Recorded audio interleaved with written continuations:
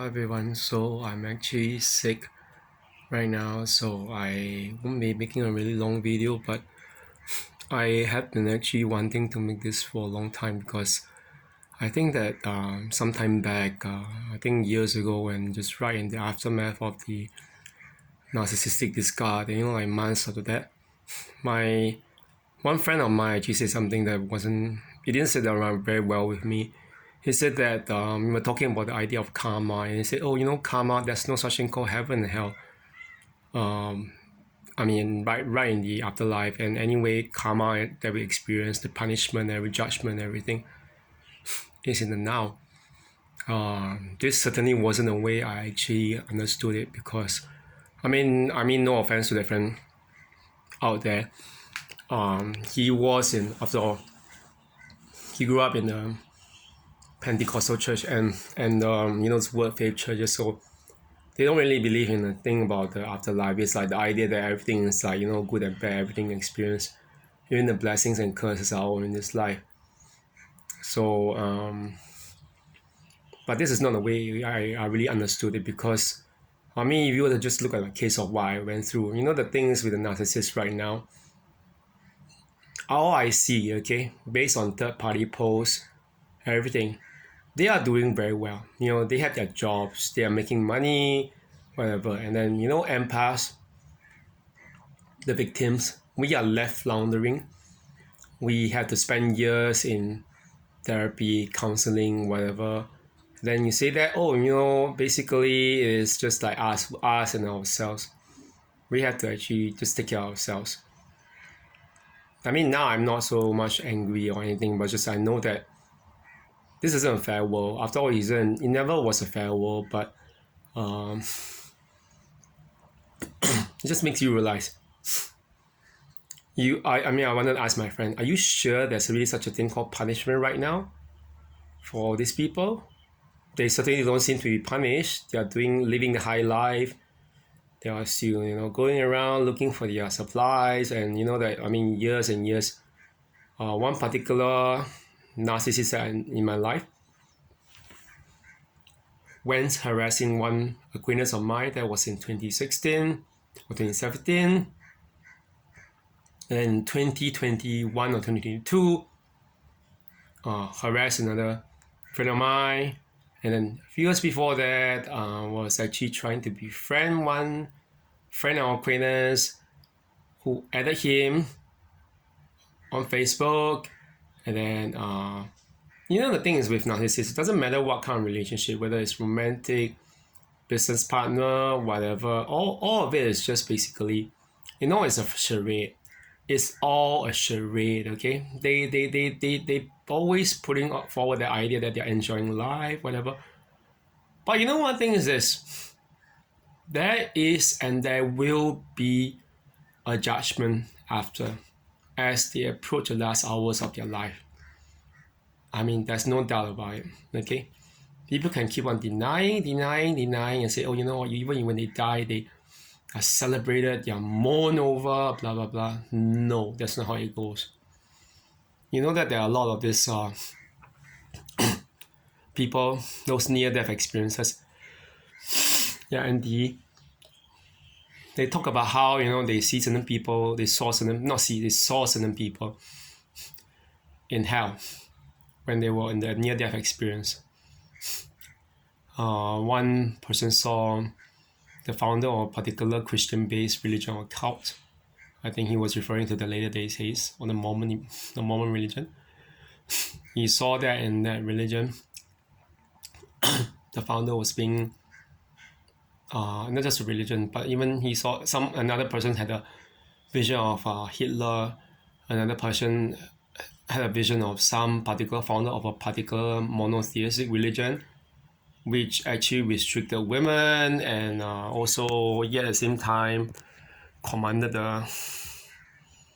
the killing of different, people, including Christians, Jews, and I'm not going to say very exactly whatever it is, but all these different things, all these either near-death experiences or all these visions that they had, obviously are pointing towards the presence of a deity, a god who is judging all the good and evil in this world. Okay? Don't ever let someone deceive you in saying that, oh no, there's no afterlife, there's no judgment. You know, the person who steps onto a lot of dead bodies or over a lot of dead bodies, a pile, a mountain top of all these dead bodies, including the victims, us who are still actually really alive now, to get to where they are. One day, they will have to answer for what they did in front of God. Okay? It doesn't matter. You can say, no, God is not, Jesus is not God, whatever, you know, like, or things like that. It doesn't matter. Okay? You will have faced God. One day, you will face God. You will have answer to Him. You can't gaslight Him. God cannot be gaslighted. He knows why you did something like that. Okay? And we are not the same person. We are not that person. We are not that narcissist. We don't use other people for our own ends. So the responsibility is really on us to, you know, move on, live life like they never existed. Okay? Really, honestly, this is just one thing that reminds me. It reminds me of one verse or one line from the script of Hunger Games, the Ballad of Songbirds and Snakes. The character Lucy Greybird said to Coriolanus Snow, "Without trust, you might as well be dead to me." Of course, she didn't really kill him. She didn't really betray him. She just left him because she realized that, oh, you know, the person I was dating, I'm in love with, is a true blue narcissist and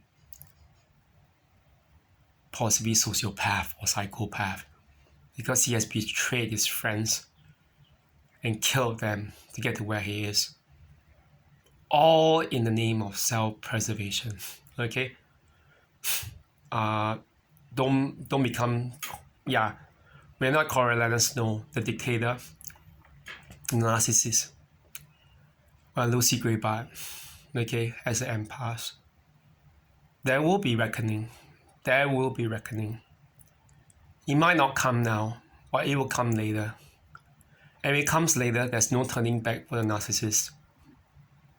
Because, you know, they always say this, insanity is actually the same old action repeated over and over again without any change. Narcissists are not just insane, okay? They are morally insane. There's such a dysfunction. It was actually coined in the diagnostic manuals or whatever year during the 19th century, the early 20th century, before Freud, however, the idea of moral insanity. Narcissists are morally insane, okay? You don't want to be like them, okay? Turn to God. Seek Him first before anyone, before any kind of people-pleasing from anyone, especially not a narcissist. I realized after this trip, I mean, you know, I guess you can hear from the voice, I still have a bit of a blocked nose, and I have a cough. Actually, the cough is the one that was a terrible thing because I lost my voice on the 9th of January. So can you imagine, during the last few days, like 9th, 10th, and 11th, when I was actually still in Tbilisi, Georgia, I was trying to travel back home on the 11th. Yeah, I was going to go back home here to Singapore. You know, I was really sick. Yeah, the voice was lost. I was very raspy. And you know, when you're sick, you start thinking about things like, you know, like there was this one episode from Sex and the City was quite funny because, you know, that's one thing when Samantha got the flu, she was a totally different person from what she behaved as. You know, from the straight talking woman who just goes around having sex like a man, who doesn't care about strings attached, whatever. She became someone like Charlotte, who's the one who's so concerned about relationships and everything in that series. And then to Carrie, her good friend, she said, there are only two. She said I should have gotten married. You know, there are only two kinds of men as well. The one that fucks you, the one that holds your hand, and the one that fucks you. Okay, and the one that F's you, okay, it's not worth a thing. I mean, I'm not using it to the top of my situation, but you know, it's like for us empaths, it's the same kind of almost similar situation. With regards to people in this world, doesn't matter romances, family, friends, or whatever. There are only really two kinds of people in this world.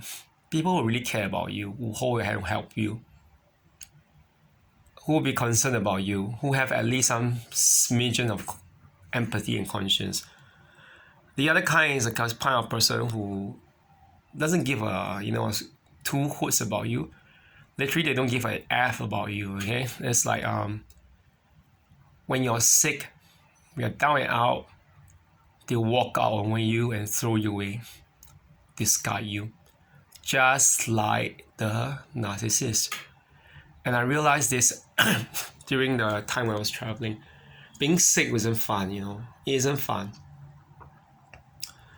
And I mean, I bought $150 altogether, including 93 lari at the pharmacy, which is about 40 something dollars. And when I came back, I spent $104 just on consultation and everything, and medication again. Thank God, literally, I had travel insurance, so it covered everything. I got back the amount, $150 were reimbursed. But I really just want to say this, take care of yourself first. I've been getting back to work, not very much, but slowly, bit by bit. And very thankfully, I know like who are the ones who are my students who can, actually work with me. And those who can't really work with me, they don't stay on. It's okay. I mean, it's not a big issue. They can stonewall me for all they care. And I think that the main thing is to realize this, okay? To be astute enough to realize this. A lot of people, way less people actually care about us, especially empaths or even empathetic people. Neurotypical people who have gone through narcissistic abuse, way less people. You realize this. This is a very lonely path. The road to recovery is always very lonely. And but it's not a bad thing. You know who your friends are. Just like Samantha. You know your friends. And you know the ones who hold your hands, those who don't, who just F you literally. Okay. And they screw you over, yeah. Okay, anyway, I'm going off. I think I need to just sniff out all that mucus. The mucus has a lot of blood actually. Yeah, and the doctor just told me it's an acute respiratory infection. So it's been around for days, and I haven't been to the gym. I feel really weak and everything, so I'm not supposed to actually do strenuous exercise. But you know me, those who know me know that I love to do bodybuilding, powerlifting kind of exercises. But I can't do it I haven't done it for 2 weeks since I was away in Georgia. But now and Romania. But now 1 more week before I recover and get back next week. I'm getting better actually, but it's not really the most fun. But the main thing always that kind of drums into me is take care of myself first. Take care of yourself. Take care of yourself. When you take care of yourself, you recover, you can go back and face life. We can move on. You can focus on things that really matter. Okay, things you really want to do as well. Okay, so I hope everyone has a good day. I have to go and take a nap and then get back and my lunch later, and then I'm off to work again. To me, a student, but it's actually be a shorter day, so I'll be fine. Okay, I'll see you all again. Okay, bye bye.